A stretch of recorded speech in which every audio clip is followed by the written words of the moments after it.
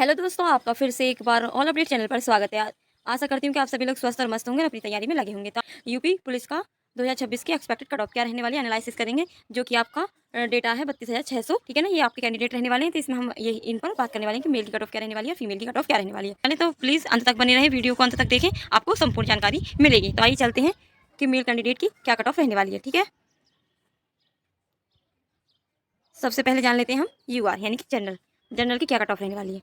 ठीक है, तो जनरल की 234 से 234 एवरेज रहने वाला है, एवरेज स्कोर है। और आपका संभावित स्कोर रहने वाला है 240 से 248, जो कि आपको नॉर्मलाइजेशन मिलकर होने वाला है। तो ईडब्ल्यूएस का इसमें आपका 235 स्कोर एवरेज रहने वाला है, और इसका 238 से 246 इसका आपका संभावित स्कोर रहने वाला है। ओबीसी का क्या रहने वाला है, 237 आपका एवरेज स्कोर है, और आपका संभावित स्कोर है 242 से 240।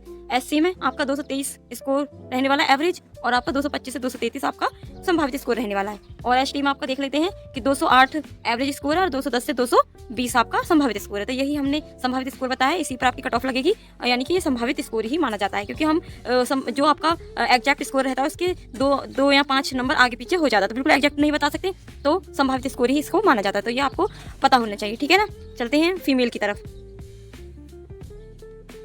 फीमेल में कितनी कट ऑफ रहने वाली है ये भी देख लेते हैं। तो यूआर जनरल में 217 से आपका एवरेज स्कोर रहने वाला है, और 222 से 230 आपका संभावित स्कोर है। ईडब्ल्यूएस में 221 आपका एवरेज है, और 225 से 233 आपका संभावित स्कोर है। ओबीसी में 221 है, और आपका संभावित स्कोर रहने वाला है 225 से 233। यानी कि जो आपका ईडब्ल्यूएस का है वही आपका ओबीसी का स्कोर रहने वाला है। ठीक है ना, और इसमें एससी में आपका 205, और संभावित स्कोर रहने वाला है 208 से 216। आइए नीचे देख लेते हैं एसटी में।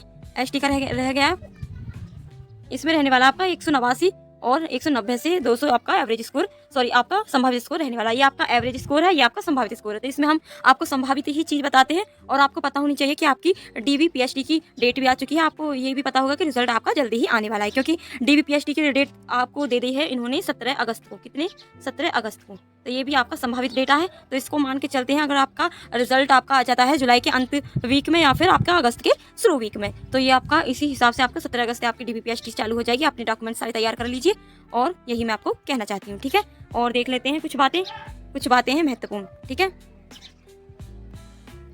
आपको पता ही है कि यह डेटा आपको 85 प्लस अभ्यर्थियों के स्कोर पर आधारित विश्लेषण है, क्योंकि आपको पता होना चाहिए कि 26 से 27 ये आपका बताया था 81,000 प्लस। तो इसमें आपको 85 संभावित स्कोर दे रखा है, तो यही आपका डेटा है। और आपको पुरुष वर्ग में बता दूं मैं, ओबीसी और ईडब्ल्यूएस का औसत स्कोर अधिक दिखाई दे रहा है। आपने देखा होगा कि ईडब्ल्यूएस और ओबीसी का अधिक स्कोर दिखाई दे रहा है। ठीक है ना, और फिर जान लेते हैं थोड़ा सा सामान्य वर्ग के लिए। सामान्य वर्ग में संभावित कट ऑफ आपकी 240 प्लस में बता के आ रही है, जा सकती है, बिल्कुल जा सकती है। और एससी एसटी वर्ग में भी इस बार पिछले वर्षों की तुलना में कट ऑफ बढ़ने की संभावना है, और बार से एससी एसटी में भी संभावना बन रही है कि स्कोर ज़्यादा रहे, क्योंकि आपका पेपर इतना फिर भी बोल सकते हैं मीडियम था, सही था। और यह आपको पता है कि अंतिम परिणाम आपका आधिकारिक कट ऑफ पर ये आपकी आधिकारिक कट ऑफ नहीं है, ये अभी संभावित कट ऑफ बताइए हमने। जो आपकी एग्जैक्ट कट ऑफ आएगी वो आपकी 1-2 नंबर ऊपर ही आएगी, या फिर आपके 1-2 नंबर नीचे भी आ सकती है। ठीक है ना, तो ये उपलब्ध नॉर्मलाइजेशन ट्रेंड के आधार पर संभावित अनुमान लगाया गया है। ठीक है ना, तो ये आपको पता होना चाहिए। तो आपको ये भी बता देती हूँ कि DBPHD की आपकी डेट आ गई है 17 अगस्त।